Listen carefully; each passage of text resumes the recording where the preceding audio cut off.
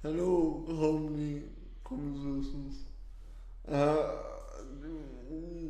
would you believe I forgot our own name? I thought it was Harmony FM, which was the old style. Harmony Conversations is the name of our YouTube channel. Yes. Harmony FM is the name of the show. Yeah. Because Hayes FM is the name of our other show. Yeah. And then Harmony Conversations is the name of our pre-recorded show, which we haven't done in a very long time. Can we not change the Harmony Conversations idea? Because it seems a little bit convoluted to have all these other names. I think our brand is pretty much established now. I wouldn't confuse our massive fan base by changing too much right now, you know. Actually, we have to update our logo. We do. That's a good idea. That is a good idea. And I do want to do a little graphic around the screen there and make that a little more flashy. But that is more of a pre-production / post-production conversation than an on-air conversation. Anyway, so sorry. Start again. How are you? I'm well. This is our last show of the season. This is our season finale. Yeah. How do you feel the season has gone so far? It's good. I suppose for next year we could look into doing more. We could expand the show somewhat. Do different things. And so I do believe we're talking about reaction clips. Reacting to different clips, videos, and drums and stuff like that. Maybe gameplay, maybe accessibility, videos, stuff like this. Yeah. That's definitely been your niche this season, Yes, hasn't it? Gaming and accessibility. And to be honest, I not to fall in with the crowd, but a lot of YouTubers are doing it. They're reacting to a lot of videos, gameplay, games, accessibility, politics, whatever it goes. So, I would love to go with that and see how it goes. Okay. It will involve a little more pre-planning than we usually do, because we usually just sit down and start talking. That's fun. That's fun. I won't be doing that. I won't be doing the whatever segment you can take the lead. But yeah, it's a good idea to mix it up. Definitely. Yeah, because to be honest, I think we established that we're more about the broad aspect of everything. A bit of everything, really. Yeah. Politics, accessibility, gaming, books, films, you name it, every day-to-day life in general. Yes, for sure. I like each show is about the presenters. It's not about the topic.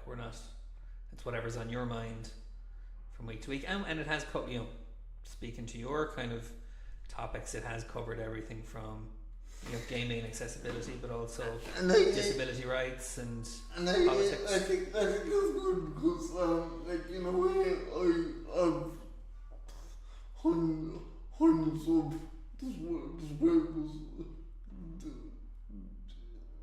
subscribers on YouTube.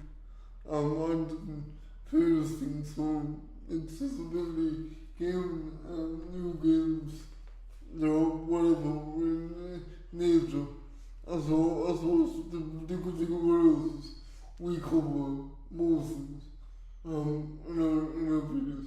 So we're not just one aspect, and we're not just focusing on one aspect of whatever. Sure. So we're not experts in anything, and we know a little bit and probably not enough about a lot of things.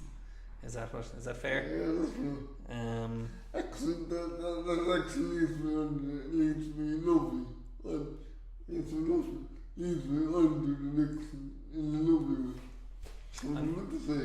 I'm going to do a little bit of production work here, and I'm going to turn the light on. I feel like I'm sitting in the dark now. Yeah, okay. So, Modern technology. what do you want to talk about? Sorry, we sort of a very reduction. We usually start with some softball stuff. Okay. So we're coming into our summer break here. Is there anything you're looking forward to doing, or Taking a break. Just taking a break and just relaxing. very important? What is that for you?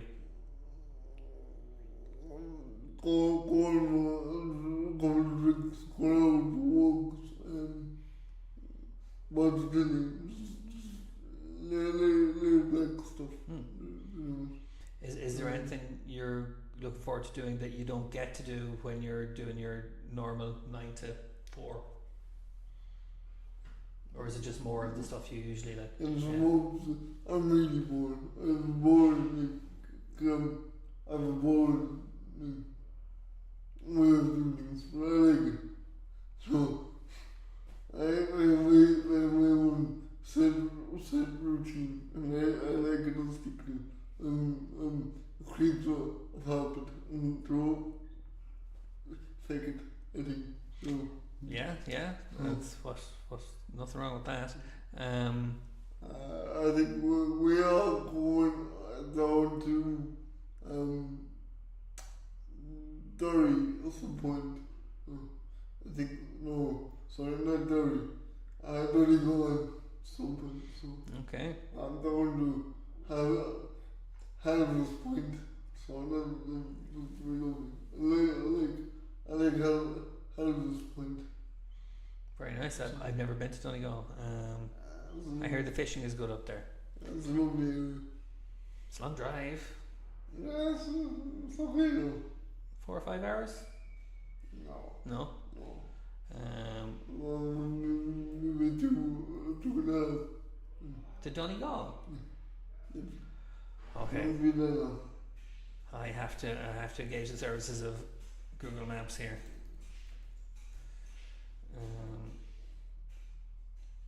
Directions.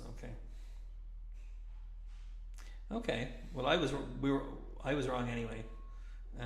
From here, it's 3.5 hours.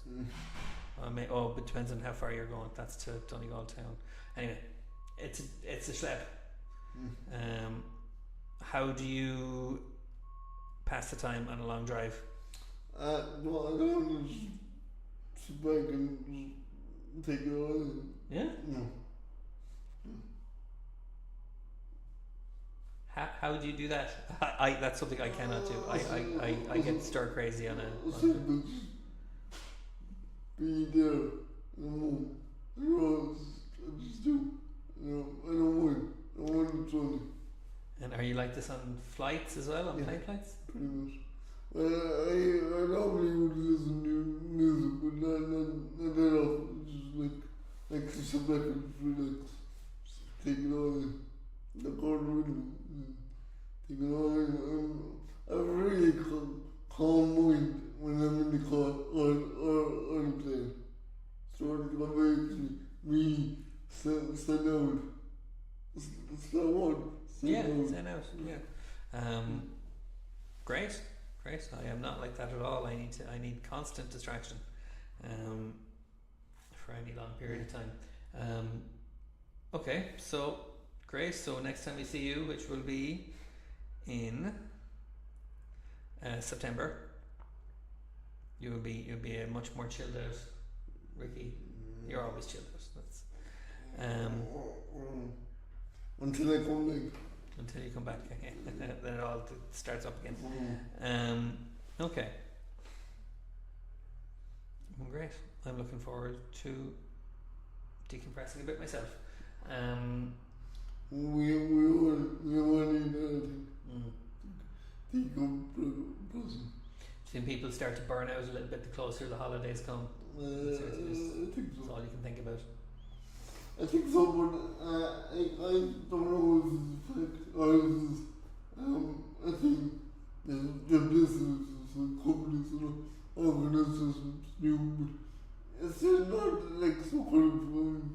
training program that's trained to manage that burnout, to cope with that burnout in a particular way.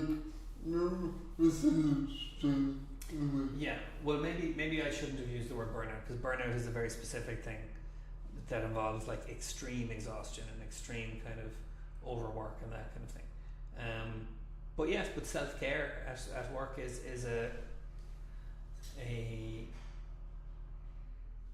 something you can be conscious of and have strategies for and all of that, and then recognizing that like the closer you come to a break, the kind of the more stressful it becomes. Even if you're doing exactly the same job, you're just because you just wait for that finish line kind of thing.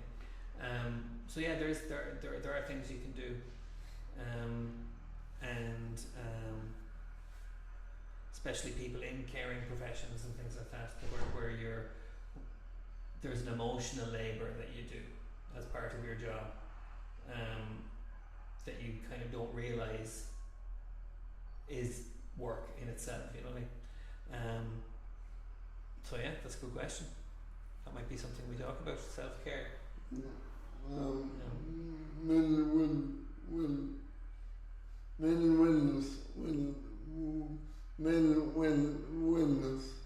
Why don't you call it something more? Mental well-being, would that be easier to say? But yeah, but the idea that it starts with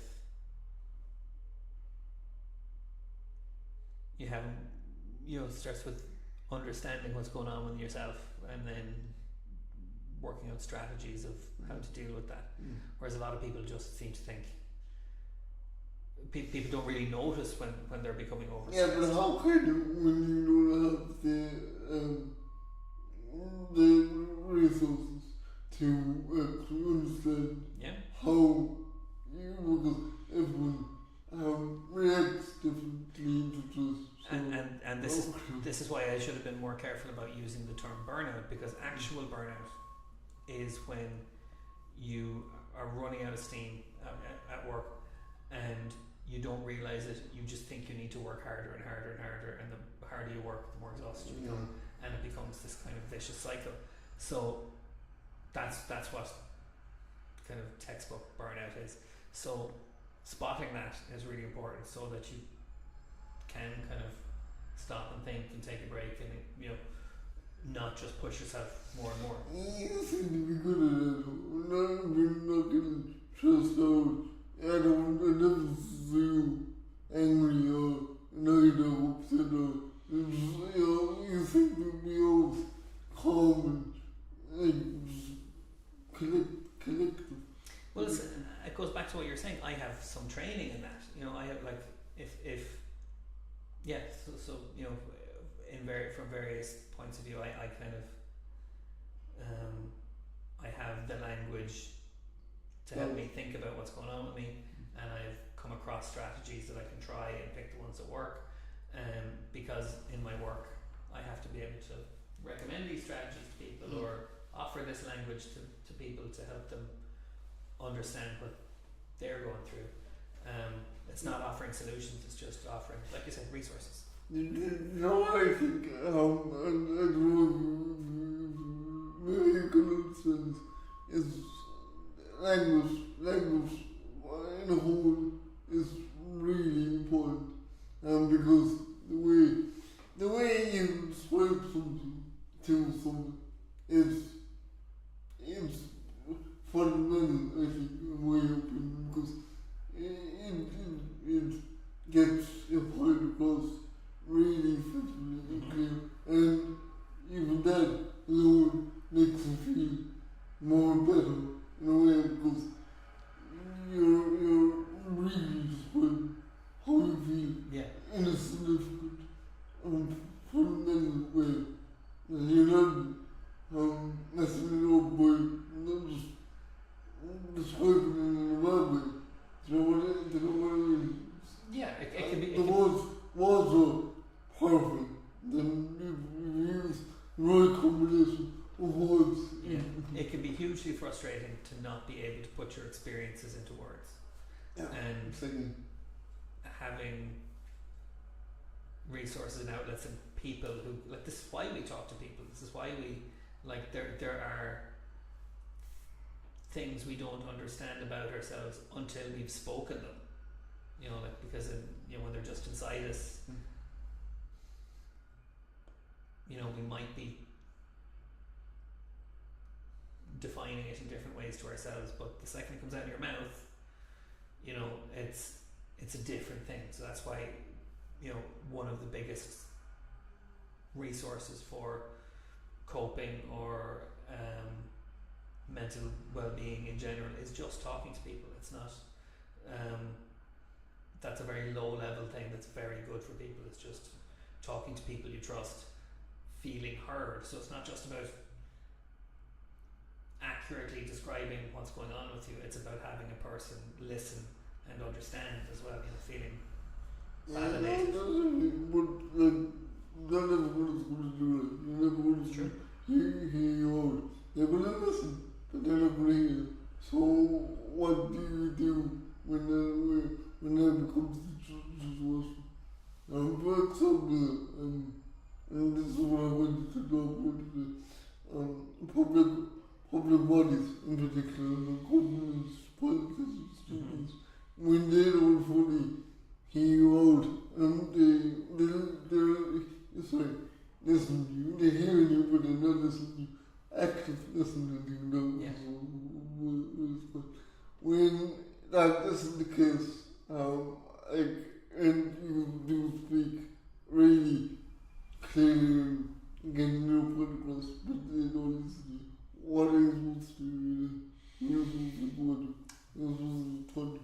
So that's the thing, like, I'm still trying to run my brain because I have come across this so many times, even though over the weekend I've come across this.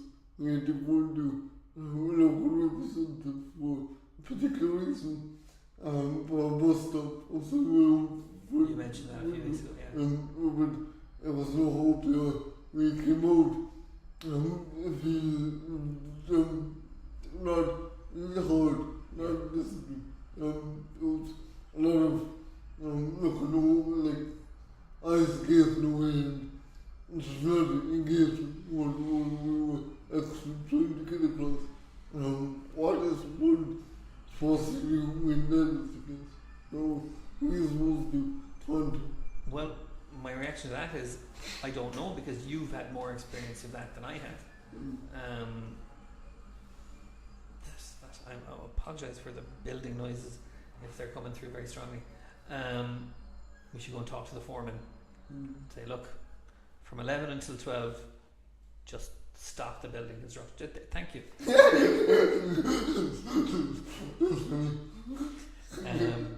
Yeah, I'm sure he wouldn't mind just telling all his workers just to take a good long coffee break around 11. So yeah, I mean, you know, you've had more experience of that than me, so you know, you would know better than me. Like you're describing your frustrations with that very, very clearly. Because it's funny, because I was thinking over the weekend. It was that Emily close when we came out of there, but then I started thinking clearly about why isn't it? And I was like, well, what is being discrimination? I mean, what is following discrimination? I think what the really nuanced featured. I think what it is, it's not clear discrimination. It's discrimination that falls under politics, political ground. I would suggest, but I'm happy to be contradicted, that I think it's not discrimination if they do it to everybody, and I think they would do it to everybody. Yeah, true. Because that's what bureaucracy is. When you got needs, when you got special needs, that you clearly stated out to them. Even elderly people should have a bit of peace in their own home. When you have that, and they tend to ignore you, or not ignore you, but tend to not disregard yeah, you. Yeah. and I, to me, that would fall discrimination. Well, I think discrimination can change the codes. You can put on a brand new code and hide up as political statement. Yeah. And that's why I think I don't want to say any name for this what I'm trying to describe. I don't want to say a particular name on it, but it's really clear to me that would be the case, because if you look back in the 1950s, and now we go back years ago, until a time when it was out and out discrimination, and people were locked up in homes, they were put in homes, they were locked up. Institutionalized, yeah, it was awful. Really bad. And so, the main thing there is not being thought about.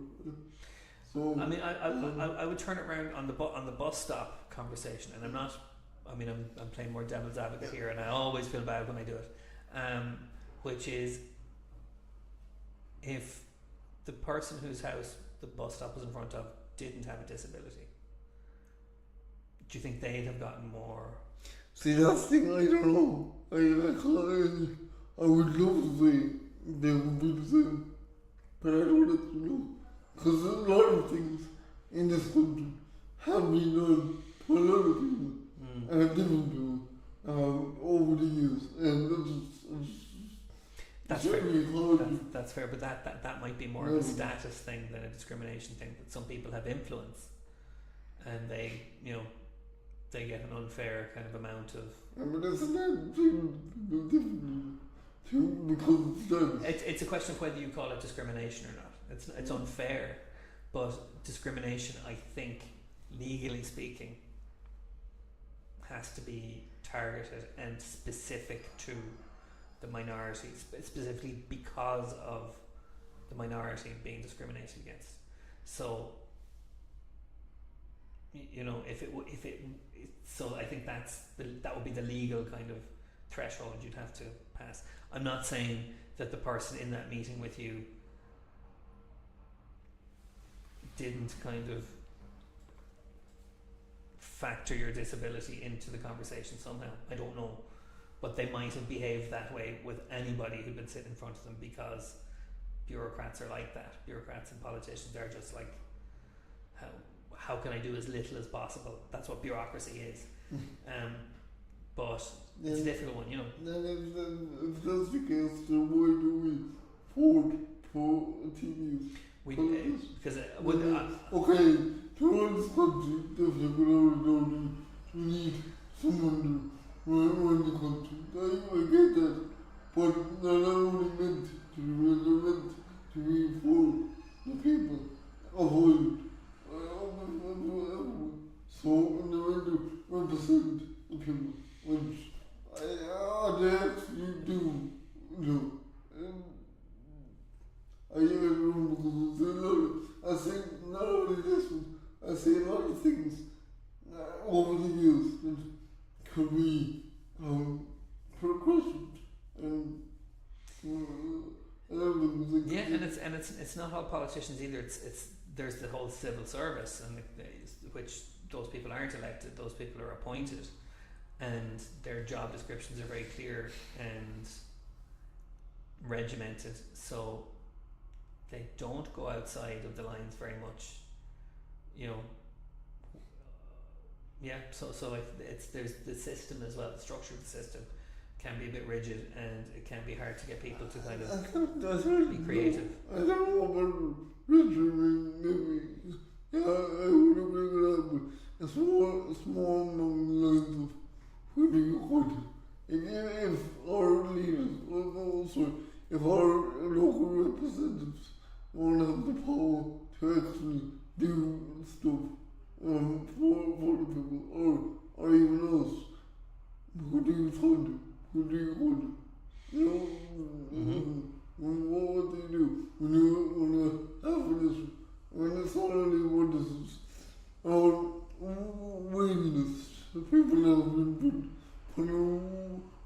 independence for age for things they need with lots of equipment, equipment to things to do for the men need. And that is a part of their independence. They would Yeah. hinder their independence if not got so, like, those things are still, those people are still waiting for to get these things.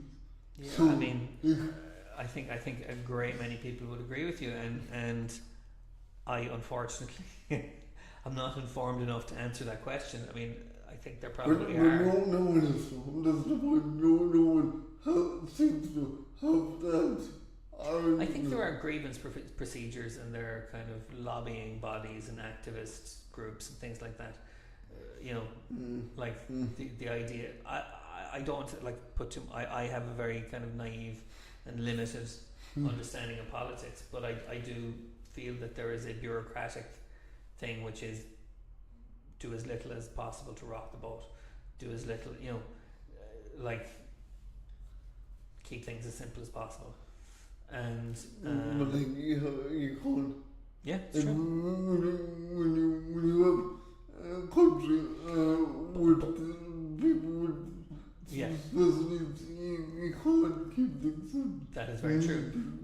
But I have two answers to that, both of which are devil's advocate, Jason. So one is you also can't give absolutely everybody everything they need.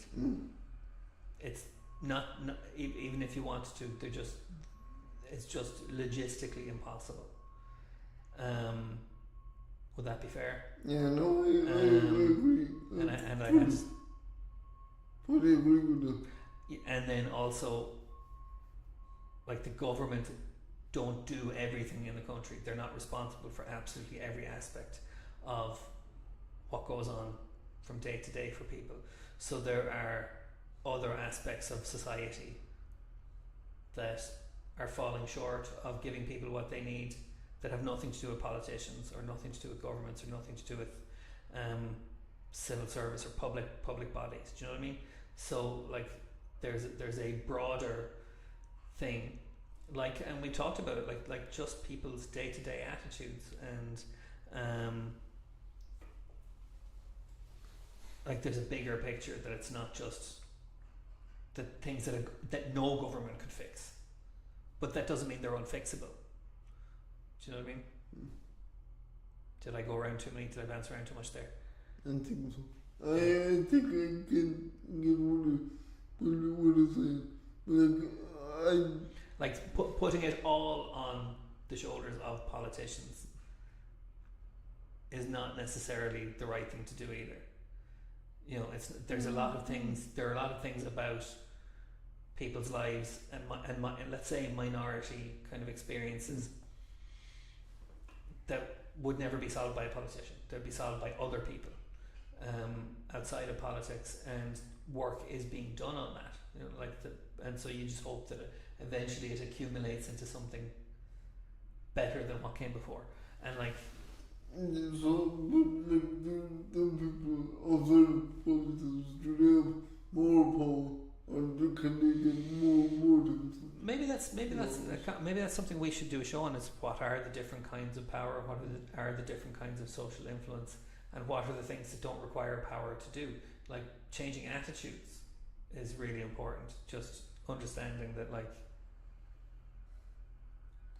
you know, the things that other people want who aren't like me still matter. And like, yeah, I'm not going to bring the world bringing it down, but it's, in my opinion, this never going to happen, because too many people are taking over number one themselves, and you're not going to, why would I think about your needs, or why would I think about and I will brazenly, you for sure. But I would brazenly say that that's not discrimination. That's just selfishness, you know, or self-interest. No, it doesn't work. It definitely can. It can get there. Yeah. But like the other point I wanted to make is Charlie Thornton, which is just Charlie Thornton, who's disabled, have to wait for Rachel or Prison Criminals, and he needs to get on with his life. Yeah. To gain his independence. Why should he have to wait for his independence? Why can he not just have his independence like everyone else? That's the question. Yeah, that's how it should be. But again, it's the logistics of it, and there's attitudes. It's all like it's so complicated. I think it's more that I get the logistics of it, I do. But I think most of it's the attitudes. The attitudes are just stupid. But I've been to all this. I could tell you some stories about engineers, like, and then For sure. when it comes to attitudes. Oh, we've been through all. Disgusting. Absolutely disgusting. So I was thinking as a big part of it. And logistics, that's one of the. But if they had attitude was, okay, well, how can we fix this? Then when can we fix this? Well, That was much better. That's back to the attitude thing I mentioned, which is So motivation. So it is a big moment. It's a big part of it, I think. Attitude. For sure. Attitude. We have some comments. Glenn is having a cup of tea in the sun. Would I like one? I usually wait until after the show for my cup of tea. Thank you, Glenn. And he says, you can't always get what you want, no matter how much you might ask. And yeah, that's kind of what we're saying. So what do you do then? Is Ricky's point. I suppose it's not what you want, it's what you need. That's the key to it. We all want something. But what we need. You know? That's the key to it. Yeah. It's like if I was given out a board, this for no reason, because I wanted this to move. That would be different to say I need this because of a reason. That's the key. I agree with you, but you'll always have people say, well, who gets to decide what's a need and what isn't? Okay. It's like once then funny I looked this up because I know my own story, but what people in this country, people with disabilities, had to say with the government, and 70% around 70% of them said, well, they don't want to listen to us. They don't. They're uneducated when it comes to disability.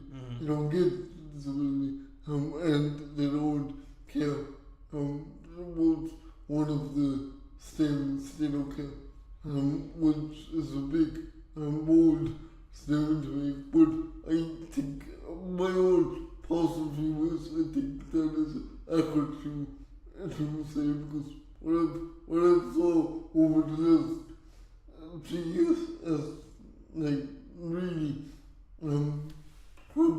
concrete my belief that this is the truth. And I just do not care. I am going to assume though that it wouldn't make you give up. Sorry, I'm going to assume that certainty wouldn't make you give up all the same. I know it is. Oh. I'm at the point where I'm just going to give up my phone. I'm not going to phone anymore because there is no point. There is no point in it. We vote the same party, not the same party, but similar parties. Yeah. Year over year. What do they do for the people? So I just don't think that's good.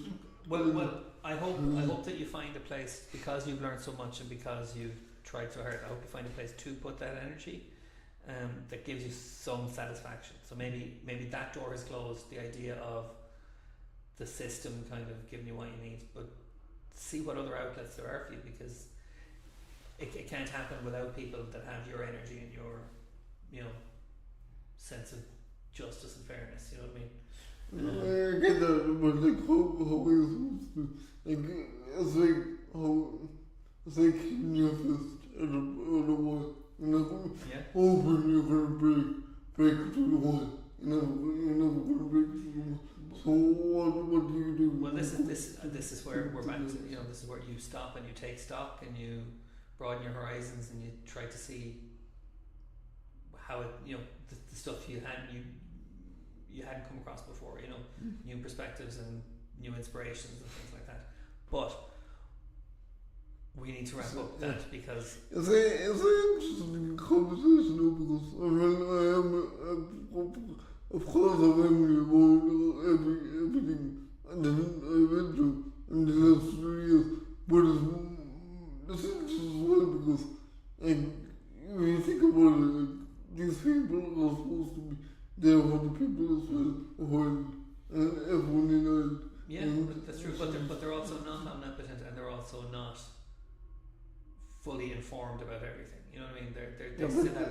They're limited by the fact of their own experiences, and their own lives, and their own humanity. You know what I mean?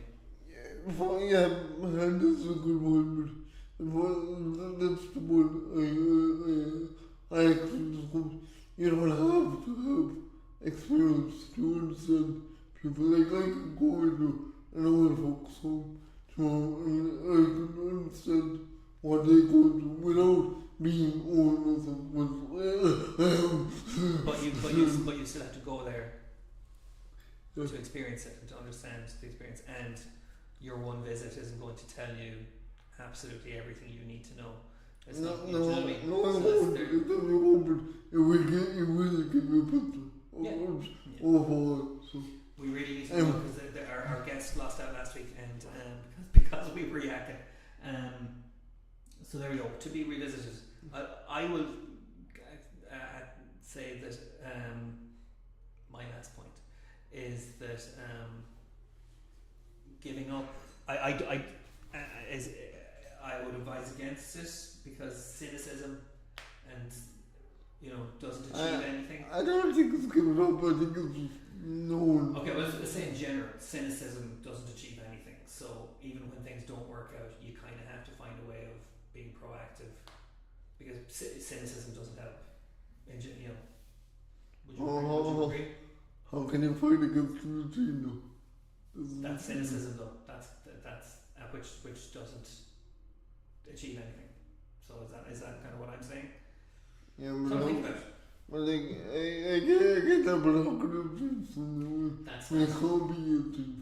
That is not. I can't answer that. But if you start with the idea that cynicism is to be avoided, then it's where to see where you go from there. That's all I'm saying. There we go. Sorry for stealing the last word. Okay. That's it. Radio show, yeah. That used to be quite good. Okay. Can you keep things going? Yeah, there you go. So I don't know what to say. Beyond that, myself, I just feel like I've done, I have done everything in my power to change people's views and their own, the whole attitude behind disability and the I say that ignorance, not in a bad way, but in like a not knowing way, that it's really tough for people to see which I don't understand, because as I said, you don't need to experience something to fully understand something. Like I could go into a notebook tomorrow and try to understand what they go through on a daily basis. So we all get old, so that means we all are going to have some kind of disability down the road, regardless of whatever that is. So, like, you would think people of power it doesn't seem to be that easy, which I don't understand myself. It's really complex, to be honest, but it is the way it is. And today, sorry for the noise. We have a build site outside, and the noise is horrific, to be honest. But look, that's the way it is. I would like to say it's going to get better in the future, but I don't know with the attitudes. I just don't know. Anyway, our guest is coming in now, I believe. Joanne, how are you? I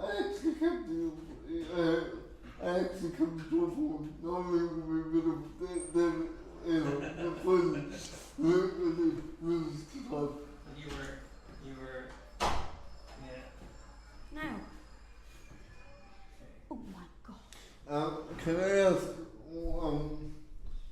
you Just get in here. Certainly. if you don't mind? With a whacking. I am supported in a little boys' room, so could you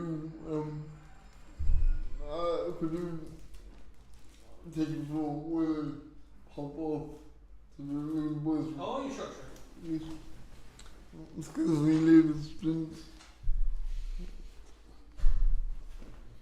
Live TV. No, sorry.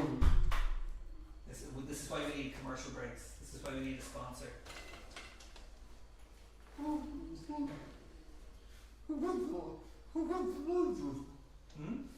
Who got If sponsors? we had sponsors, we could have ads. If we had ads, we can not have to do this on air. Just need a bit of, okay. So, welcome to the show. Thank you. I'm swapping sides now.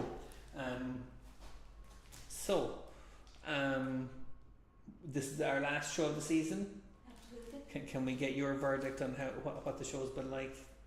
I think the shows have been fantastic. Very good. They, Just want to do that. oh yes. There's a lot of, I've listened into a few of the shows, and there've been a great variety of topics. Right, and you've brought lots of different things to the show. You've talked about true crime. You've talked about the Titanic, Yes. and you've shared some music with us. Absolutely, yes. You've been a big part of the show. Yeah. Um, I hope to be in the future. Very good. And you've also talked to us a lot about your experiences in third level education and all that. Absolutely, yeah. So anything like what's next season looking like for you? The next season, well, I'm in the process of looking up courses at the moment. I finished my writing course. That went really well.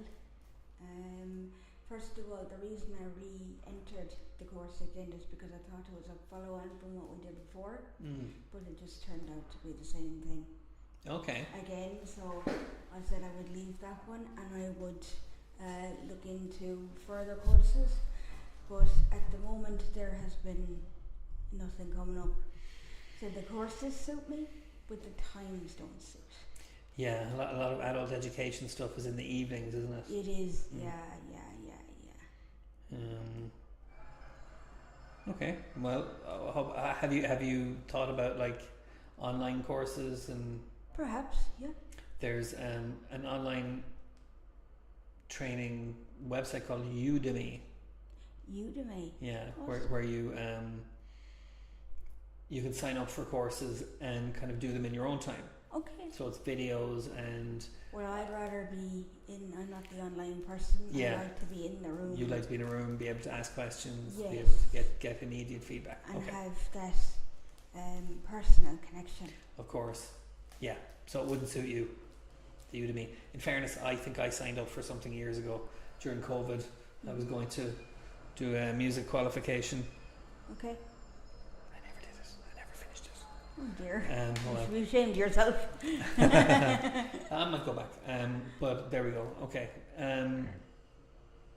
So You have brought something for us today. I have brought, as I said in previous shows, I am in the process of writing a Titanic book.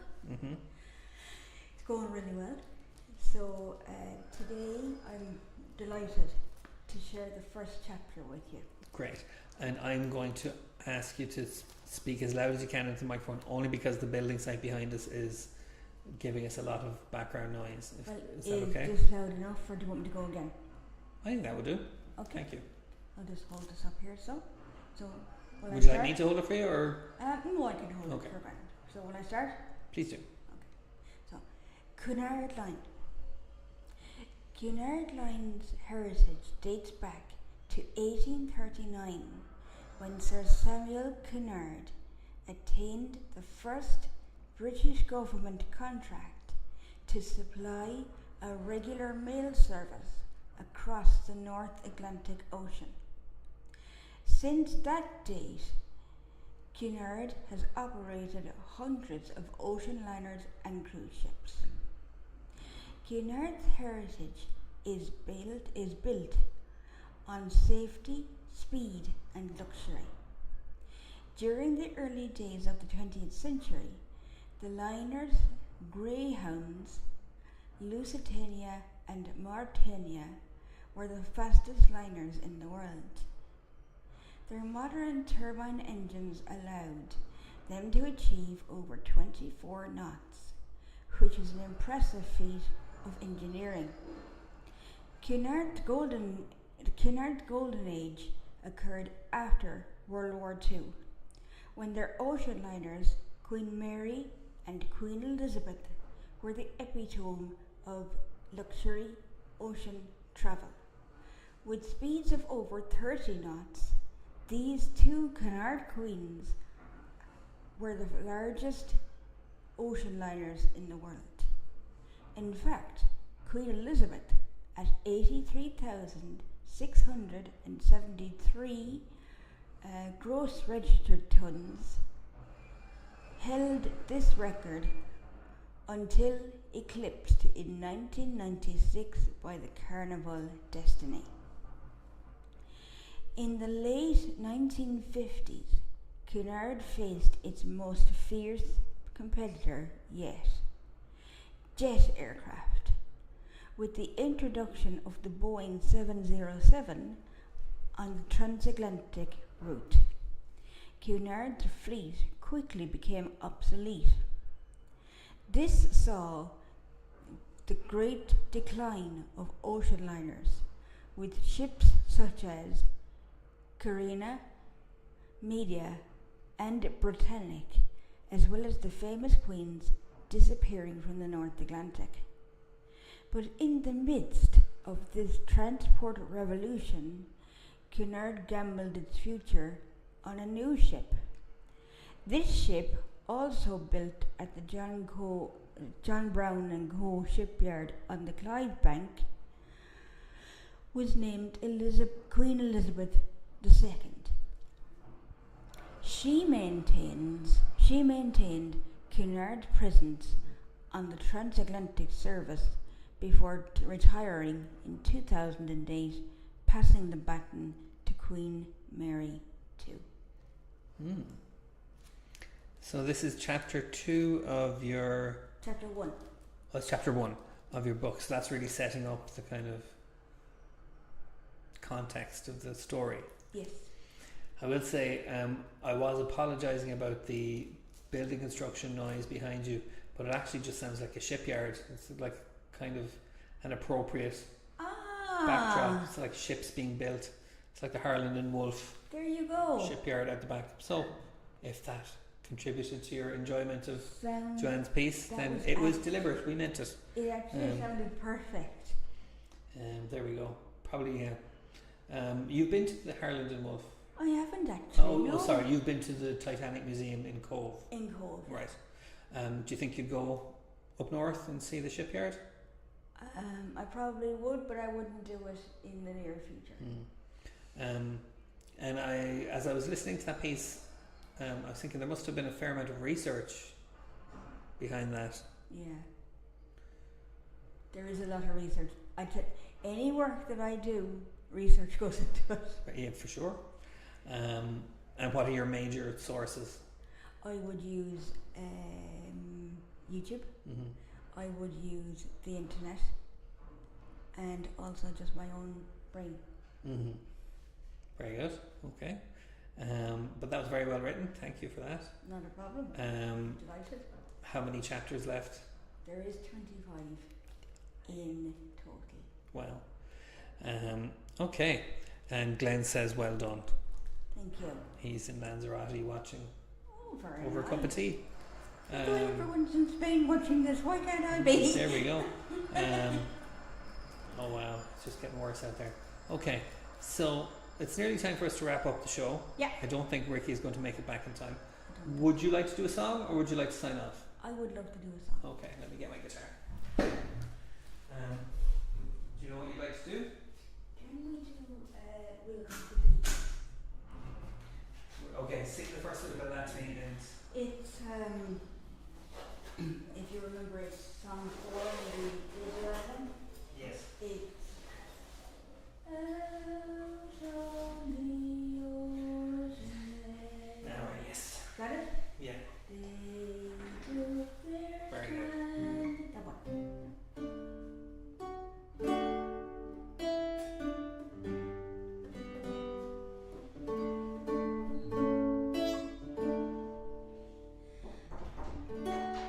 Oh, he is back. Ah, I don't want to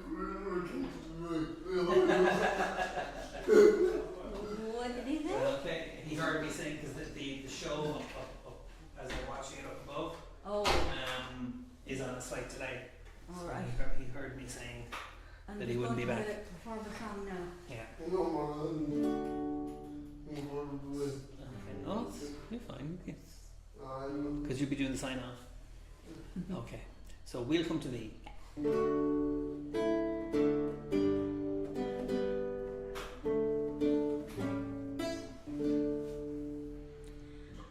Out on the ocean there, they took their stand.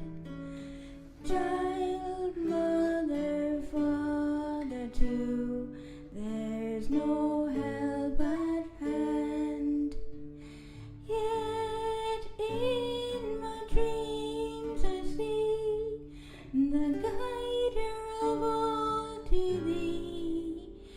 Give us thy power, Lord, and we'll come to thee.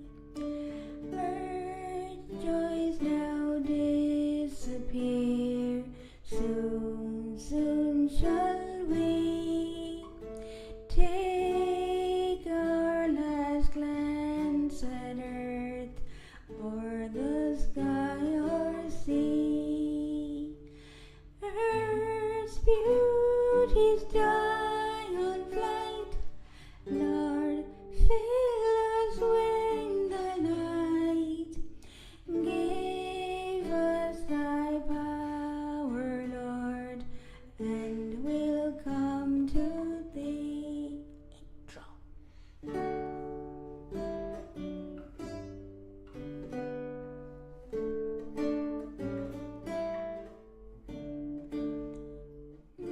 Nearer, my God, to thee, that's what they sang. Those poor yet helpless ones, oh, their voices rang. Father, in the desperate hour, grant us strength and power. Give us thy power, Lord, and we'll come to thee. Give all thy power, Lord, and we'll come to thee.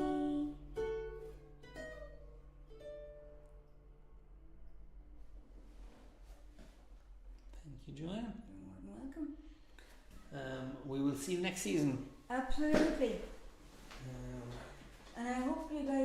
wonderful summer.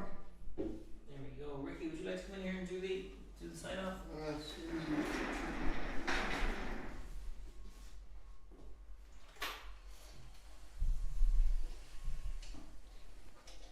Okay, so we'll see you back here next year. 1st of September, it'll probably be a Hayes FM show. Yeah, so Depending on who's around. you've done the project. So for me, and well, I won't make the decision, but for me, I would say adios and have a nice time Yeah. wherever you are, whatever you're doing. So. I'm just saying goodbye. Okay. Thanks everybody. See you in a few weeks.